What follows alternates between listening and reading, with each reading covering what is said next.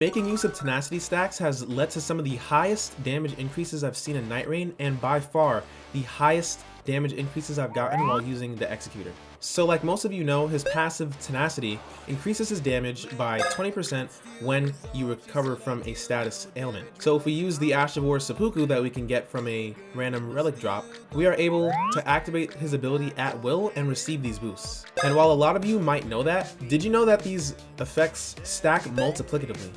For example, using the Ash of War twice won't give you a 40% damage increase, rather it will be a 44% damage increase. And these same tenacity stacks can stack up to 7 times, and not only will this work in tandem with your other buffs, but this will even work for any other weapon you want to use in the game, which is pretty similar to my initial standard attack video. If you haven't watched that, you should watch that after this one. But on top of that, I will be talking about a bunch of different builds that you can use with the Executor, as well as secret parry frames that the game won't make apparently obvious to you, as well as how to best use his beast form. So if any of this information helps, subscribe, and here is the full breakdown for the build. Before we start, if you're struggling any of the Everdark bosses, or potentially the hard mode if you're watching this later on, join the Discord in the description. So we have a lot to talk about with the Executor, and if you don't main the Executor, watching this will help you know how to help your teammates the best if they're playing the Executor. But as most people know, Tenacity states that if you will receive a boost while recovering from a status ailment. So if you give yourself a like you recovering from the status ailment, which is you receiving blood loss, you will actually receive an attack boost, because now we're doing 113 damage compared to the 97, which you'll see it revert to shortly. The very cool thing about this is that this stacks, right? So now we're doing 136, and we do it again. Now we're doing 163. And this stacks all the way up 7 times. This stacks 7 times. You see the damage just keeps rising. So before you think this is incredibly broken, which to be fair, I mean, it's very strong. For one, the tenacity boost, it will only last 20 seconds. So it's a pretty decent time if you just use the Ash of War once, but if you want to stack up multiple times, then you'll be cutting into the time of the previous buffs as you begin to stack more and more. Okay, we have a timer so you guys don't think I'm bullshitting you. So this is a 20-second lasting buff, and we started the timer, so I'm gonna hide this and, you know, disappear around the 20-second mark. Yep, see? So it's gone right there. So this buff approximately lasts for 20 seconds. So, in my opinion, we're gonna stab ourselves twice. So this takes 7 seconds to stab ourselves twice, you know, give or take. So you'll have around 12 seconds to utilize a very extreme attack boost. For reference, right? When we stab ourselves twice, our damage goes from 97 to 136. This may seem low, but you have to understand that tenacity is boosting our damage by a percentage value. It's great too because it's not just on his katana, it's for every weapon he uses. So if you recall back to, you know, my initial standard attack video, which if you haven't seen it, you should go watch it. My argument was that you can use pretty much any weapon if you're using that build, because each weapon will receive the boost from the first light attack that's in their chain. So this same concept is now applied to the Executor if he's using seppuku. We do have to keep in mind though that because you are on a timer from the moment you use the first seppuku, each additional one will boost your damage more significantly, but you have a shorter window to actually execute on using seppuku. So that comes into how I like to use seppuku. So most people might not like to do this, but for me, you know, I'm a pre-buffer, right? You can't go to the party without having a little bit of pre-game, right? Like, see what I mean? So for me, I like to pre-game a bit on a major boss, because the time you're using to buff beforehand, you will make that time up by just how much more damage you're doing to the boss in comparison to if you did not buff. Because another thing you do receive with the boost is that you get a stamina regeneration increase as well. So you are incentivized to attack, and like you'll just begin to wail on him, which because you're using seppuku, you have increased blood loss compared to before, and this just racks up so much on the boss. You can get so much mileage in those 12 seconds, trust me. This leads me into the relic build. So this is what I've come up with for the Executor, and in my opinion, this is one of the strongest ways you can play him. So we have the boring jail relic. I know I got a insane roll on this with the character skill boost attack as well as the jail relic, so that's what I use. You know, you can obviously use the yellow one that you can buy from the store, and then after that we're using the Gladius relic. So this, in my opinion, is one of the best relics that they've released, and this works even better with the Executor because, like I mentioned before, his two best weapons is his beginning katana as well as the Rivers of Blood. So what do you know it? This improves freaking fire attack up +2. So that's a 6.5% increase to your fire damage if you do get the Rivers of Blood, which, I mean, shouldn't be too hard to find the weapon if you're playing well. So yeah, that's just like a nice added bonus, but most importantly, we get stamina recovery on landing attacks +1. So this will reward us for being aggressive when we use the seppuku tenacity stacks, right? And like, we just get a bunch more damage, and if we couldn't thank it enough, we get taking attacks improves attack power, so this will boost your attack by 15%, which, if you think I'm lying, you know, like, I have to show the naysayers, like, I am doing my freaking due diligence out here. If we go to taking attacks improves attack power, right, 15% damage buff for 10 seconds, and this refreshes when you get hit. So this unfortunately does not stack. So you know, like, if you had two relics on that had this effect on, like, you're not going to get a 30% boost, right? That helps so much because it's like, even if you get hit, you get even more damage. So in theory, you should always have an attack amp no matter where you are on the run, because if you use, you know, your ultimate and you're spamming away at the boss, he's gonna trade into you and hit you, but then you'll just receive a 15% attack buff, so that will help you out tremendously. If you use seppuku beforehand and then you get hit, well, now you're just doing 1,000,000 damage per hit. Obviously, you're not doing 1,000,000 damage per hit for the Redditors who are watching me, but you will be doing a lot more damage compared to usual. And then, of course, for the last one, I got a really good roll on this, but I have seppuku on the Ash of War and then post damage healing. You don't really get punished if you get hit. Usually for me, I'm using two katanas, and like, I spam a lot of jumping attacks when I'm using this build in particular, because me using the seppuku stacks will transfer over to the other katana, and with the increased bleed rate on top of the increased damage I'm doing, you just begin to do a lot more damage, and then, like, it'll rack up. And if you ever get hit, you're incentivized to just go and charge straight back at the boss, because you have the tenacity timer going down, you have the taking attacks improves attack power going down, so like, you really gotta just literally just keep throwing yourself at the boss, and you're kind of playing like the Raider, where like, you'll get the health back, you'll do a lot more stance breaks because you're doing more bleed damage, and like, you get more stamina when you're attacking. Like, trust me, try the build. This isn't a guaranteed relic build, and I'll show you guys how you can make something like this if you don't have these types of rolls. But in my opinion, this has been not only the most fun way to play the Executor, but also the most damaging and the most rewarding.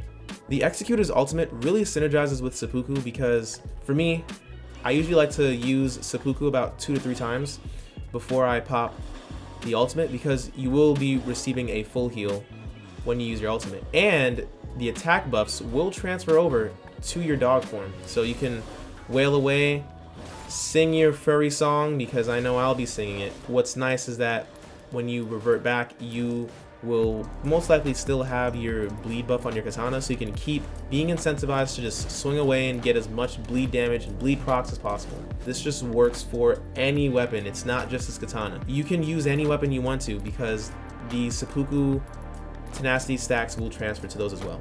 So now this leads me to the dog form. When I pop ultimate, usually I use that glowing hand attack immediately, and that's because you'll do more damage when you're in your main form compared to the dog form. So like, it's kind of incentivized to get out the form as quickly as possible, and you kind of treat it as like a max heal. You coming out of the form earlier by doing your heavy attack will actually make you do more damage compared to if you stayed in your dog form and you kept attacking for the whole duration. Obviously there will be times when you play like where like you'll want to be in the dog form for like a little bit longer. I'm not saying to just forego all critical thinking. Obviously, if there's a moment where you need to be in the form longer, do that. Don't take my word verbatim, because people on the internet do that. I don't know why. Please have, some critical thinking. But like, you're definitely want to make sure that you at least get the heavy attack off, because that is where all your stance damage will mainly be coming from when you're using the Executor. If you use a body buff like the Jar Aromatic, when you pop your ultimate, you will also have that form. The Executor has better Ashes of War than just using the Knight of the Wise and the Caligo Relic. So a lot of people will probably use the build of, you having Chilling Mist and then starting weapon dealing poison damage. If you have your starting weapon inflict a certain type of like damage, it will be lowering the base damage of your weapon, and we can actually see this in real time. So look, I'm gonna have a completely blank canvas. Let me save this for later. You'll see that my Executor blade does 94 damage. So me slotting this, it says that the starting armament inflicts poison. Now going back to the sparring ground, I'm only doing 80 damage compared to the 97. You might think that you would make the damage up when you poison the enemy, because you will be receiving an attack boost. So yeah, this increases your damage by 10%. You might think it would make up the damage, and in theory, even when they're poisoned, you'd only be doing 88 damage compared to the 97 if you didn't have the added affinity, as opposed to having it tied to Chilling Mist, because it's you using an Ash of War. It's not like your weapon innately has frost on it. So this was actually sent to me, and I kid you not, this felt like a CIA file being like dropped to me specifically. Suncatcher actually has parry frames when you're doing what's this called? When you're doing the skill portion of the attack. So normally you're incentivized to hold block so that you can land your deflects and charge up your sword. But what this person had actually sent to me is that when you do your skill, when you raise your sword above your head, that is also a parry frame. This actually allows for some pretty unique, different interactions you can have with the boss. So for example, like if you have a feeling or like he's about to stagger, you can actually parry him with that like low crouch attack, and he can still stance break. So look, for example, this is how it looks. So this is a normal deflect, and you can tell because I'm not losing any health, right? And now this is a dash deflect. You dash forward, but you can see right there, I lost no health, and you can hear that I'm still doing the deflect. So this has a like tighter window for the deflection than you might think. You really have to wait until the sword is like fully above his head so that you can get the deflect, because if you do it like too early, then you can still be hit. So like you should just be aware of that. This is helpful for two reasons. One, let's say you want to just land your skill as quickly as possible, but you don't necessarily have like an attack opening. You can actually just use the iframes you would get from the deflect and attack at the same time. This is literally like when you have perfect offense combined with like an impenetrable defense. Like it's actually very, very helpful. It's helpful for, let's say you want to deflect, but like you also want to gain some distance away from the boss. You in the stance, you move like a turtle. You move like Marlowe after he's done eating seeds. This is a fat parrot. So you can also use it for that purpose of like you wanting to reposition while also deflecting. Shout outs again to the person who had initially sent this over to me by email. So it doesn't stop there for the Suncatcher bros, right? For me, I was experimenting with like what's the best ways to be pairing with the Executor, because it's like, as everyone knows, using the Suncatcher in conjunction with your main katana, it can feel a bit clunky. While you might know that you have parry frames when you take away the katana as well as sheath it, because you have those parry frames when you do that, in my opinion, it's actually better to parry this way. half the time you're putting your sword away, which then allows you to move freely again. But another thing is you actually have more parry frames than you might think. Like, I'm not exactly sure on how many parry frames you have with holding block compared to, you know, you sheathing your sword, but they feel kind of comparable. Like, it doesn't feel like the parry frames are too tight. And what's also nice is that you can also unleash your guard counters when you're unsheathing your sword and you're parrying. You don't need to hold block button. You can immediately press your heavy attack right after they hit your deflect window. You can do it like immediately. I have more moments and more opportunities where I have access to my main katana, and being that it does more damage compared to the Suncatcher, I found that I've become a more effective executor if I'm parrying in this way. You don't have the advent of being able to hold block and like spam it. This is definitely nice for those like single hit moves. So this is another thing that I've discovered while just playing the game in general. So this is a useful tip for no matter what character you're playing. But from what I've seen, if you upgrade your starting weapon, or it could be like any gray weapon, right, to purple or legendary through crater, oftentimes I've seen that I do more damage with that weapon that I've upgraded compared to a purple drop or like a legendary weapon drop that I've gotten. So for example, I have these screenshots where taking the Wilder Greatsword and made it legendary, and I noticed it actually just does more damage compared to if I were to have a legendary weapon. Like, I actually compared the two and I saw that I was doing more damage. So this helps the Executor even more because his base katana is one of his best katanas, and the fact that you're taking seppuku with you so that you can get the damage stacks, like, your base katana will be putting in a lot of work, and all you need to do is hit up one mine or complete the crater, which again, I have a full route right here somewhere if you haven't seen that, if you want to complete it on day one so you can begin to reap the rewards of having your main hand weapon maxed out. Had these builds and like I tested them out to see how they performed, and in my experience they all felt pretty solid to use. Now I'm gonna give you a disclaimer, and I want you to like ingrain this into your psyche. I'm not claiming these are broken. I'm not claiming these are like, oh, you know, this is the next best thing since the jail relic, you know, took my virginity. Like I'm not saying that. So the first one that I have for you guys is actually an ultimate farming build. And what I mean by that is this build is designed to keep you in your ultimate form as long as possible, and for you to charge so you can get to your ultimate form as quickly as possible. So for this, the main highlights is that we have the art gauge fills on crit hits, which won't be too hard if you're using the Suncatcher and using the methods that I talked about previously. We have ultimate art gauge +3, which we can actually consult the spreadsheet. This will be improving the gain on our like charge for the art by 10% at +3.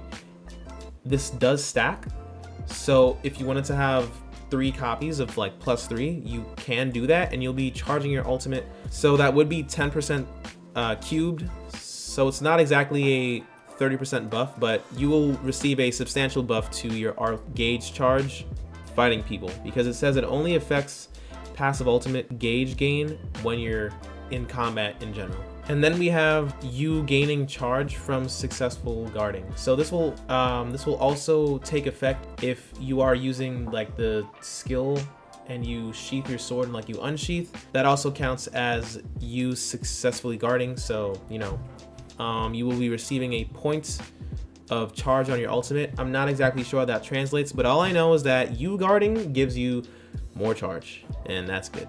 So I also have, you know, improved roar and breath attacks. You can use that as like another variation of the build if you stack these. They had an update to Nightreign where they made it so that the roars that the Executor does when he's in his beast form, that receives the boost. And this is boosting it by 13%, and that's just on one. And again, we can check the spreadsheet for this, but you will be receiving a boost. Oh no, it's actually 15%. Oh, see, I was wrong, that's why I checked. So you'll be receiving a 45% boost to your roars. So like that's almost a 1.5 times boost to your roars. So if we come here to the sparring grounds and we pop our ultimate hits, so we do 290 damage when we roar. So then if we do the roar attack, it does 187 damage, right? Now if we take off all these relics, so let me save this, and if we take all these off and then we go back, you will see that the damage will be different. So this is now 152, right, compared to 290. So we did two times the damage when we had 3 stacks of the improved roar attacks. Oh, okay, well we did 190 now, so that was, you know, we did about like 1.5 times more damage. Doing the roar attack, we do 123 damage compared to the 187. I'm surprised I hit them. Now, it may seem like a negligible difference, but again, this will scale as your attack goes up from, you know, the passives and stuff you get, like the improved attack power at full HP, or like if you have the tenacity stacks, which this will also work with if you happen to have a seppuku roll, is you can just keep them staggered for you and your team. This will help a lot with like the Beastly Brigade if you fight them. If you fight any Crucible Knights, you can just keep screaming in their ear. Each scream is you saying, subscribe to Wisdom E3! Subscribe to Wisdom E3! See, like if you listen like really close, you can hear each roar is in fact saying that, which is why it's doing so much damage. So of course you can have 3 stacks of the ultimate art gauge and you will receive a boost.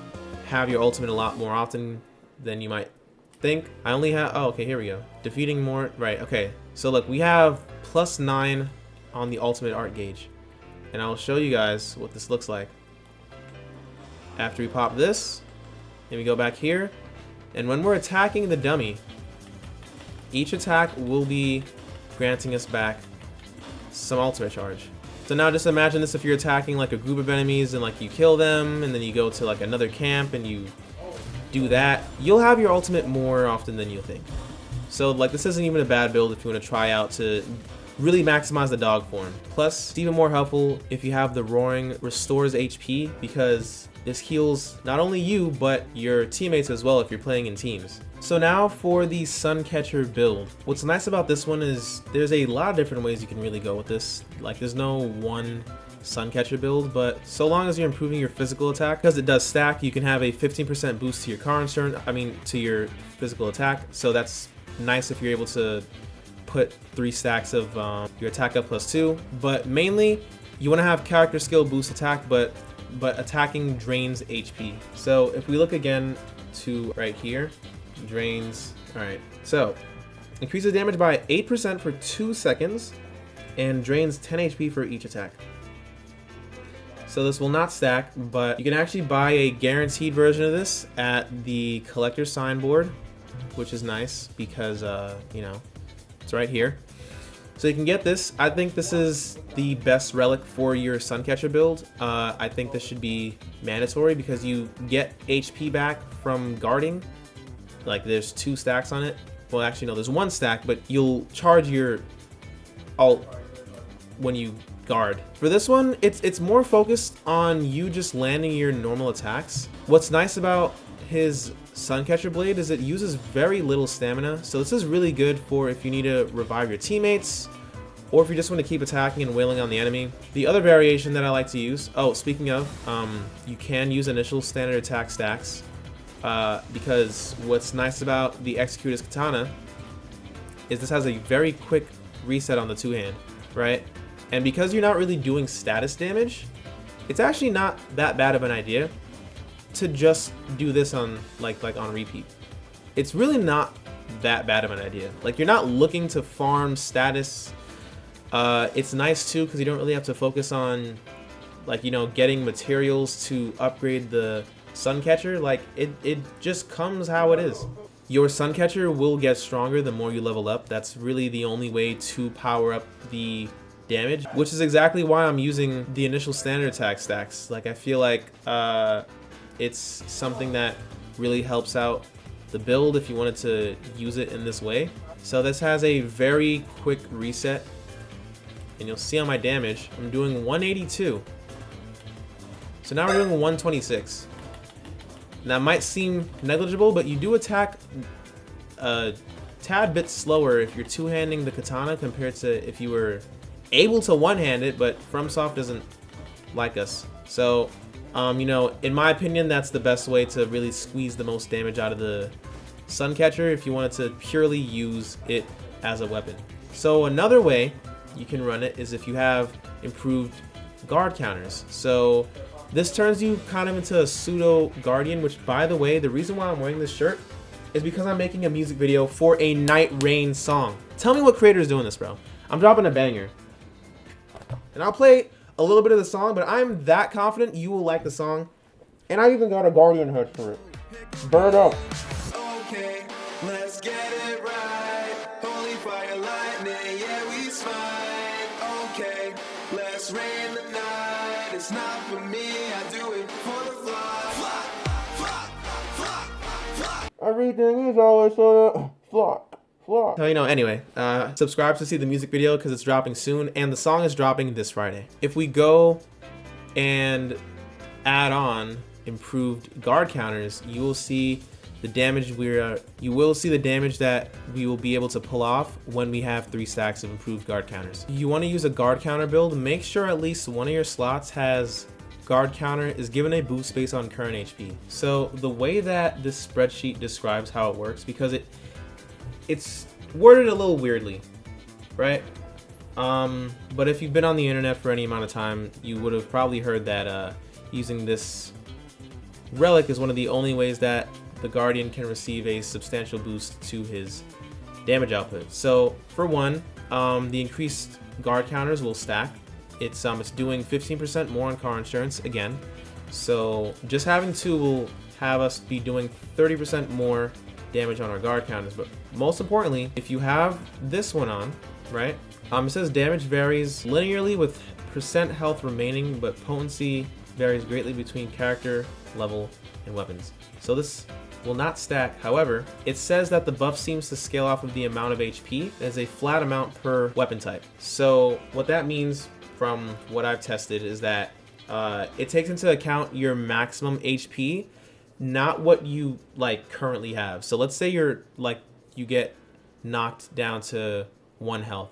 You'll still be doing the same amount of damage with your guard counters compared to if you were at max health. It's just factoring in your maximum health. So if we go to the sparring grounds, we will see a pretty substantial difference with our guard counters, right? Parry the shit out of him. Second row, even though I've never played it. 273 damage, right? You know, we didn't do as much damage, obviously, but I have to show this for credibility purposes so people don't think I'm a fraud. 161 compared to 273. That's pretty substantial. And again, this will be stacking exponentially if you have more passive buffs and, like, you know, you having your dormant powers throughout your run. So just keep that in mind, that don't take these numbers for face value, just see it as like a decent visual representation of what I'm talking about. Another way you can use the Suncatcher is if you actually run a crit build, and that's because if you're farming deflects all the time, that will lead to a stance break and you will land a crit hit. So why not lean into your crits doing more damage? You can actually have both of the Dark Knight of the Barons in both slots so you can get the crit hit boost, and this will be stacking. Now the reason why you're seeing the red exclamation mark is because the first slot where we have the crit hit +1, we have that on the other relic, but that one isn't being taken into account because these don't stack. But either way, that's really not that bad, because if we're looking at the spreadsheet again, this is boosting by 20% with +1 and then 15% with like the base version. So we get a 35% boost, and yes, this does stack, right? Stack with self +1, yeah, right. So yeah, that's a thing to note. So your third slot can literally be whatever. You can have crit hit boost, stamina, recovery speed. This is one of my personal favorites, and that's because if you land a critical hit, because the Suncatcher uses so little stamina, you virtually have infinite stamina when you're attacking. See, just see how quickly it comes back up.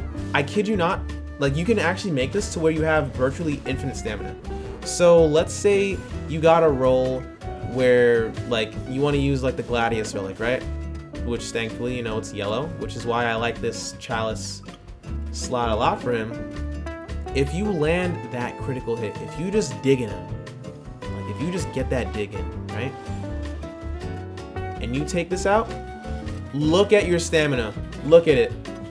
I cannot make this up. You virtually have infinite stamina, and you can keep wailing on them.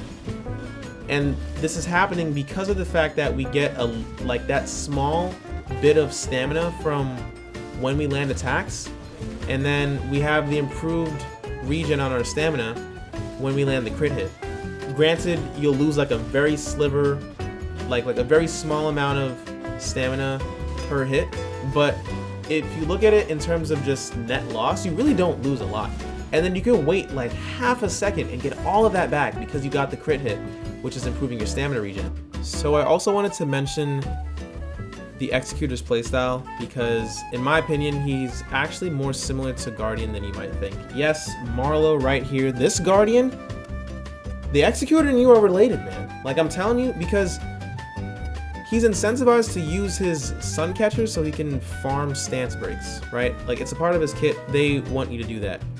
If you're not using it, yes, you are neglecting a part of your kit so you can keep using your main hand katana, but that's just the nature of some players if you want to really gain more DPS, because unfortunately the Suncatcher is just not designed to do damage. It's more so designed to farm stance breaks, and you know, it's like that's about it. He has a B in health and a B in stamina. That's really not bad considering the fact that he has the 3rd highest health in the game. Treat him as an off tank, and if you keep that in mind, you should do very well with the Executor. If you guys want to see more content like this, subscribe, join the Discord if you're being spanked and ganked by Gladius, because I don't like being ganked. And I have one last surprise for you. If you've ever played Dark Souls 1 and you remember that pain you had when you went to Blighttown first thing off rip and you didn't know where to go, my brother is currently experiencing that same hell right now, and I have a video right here showcasing his first playthrough and how he's being trolled by everything possible. He thought that the game was easy, and this video proves him wrong.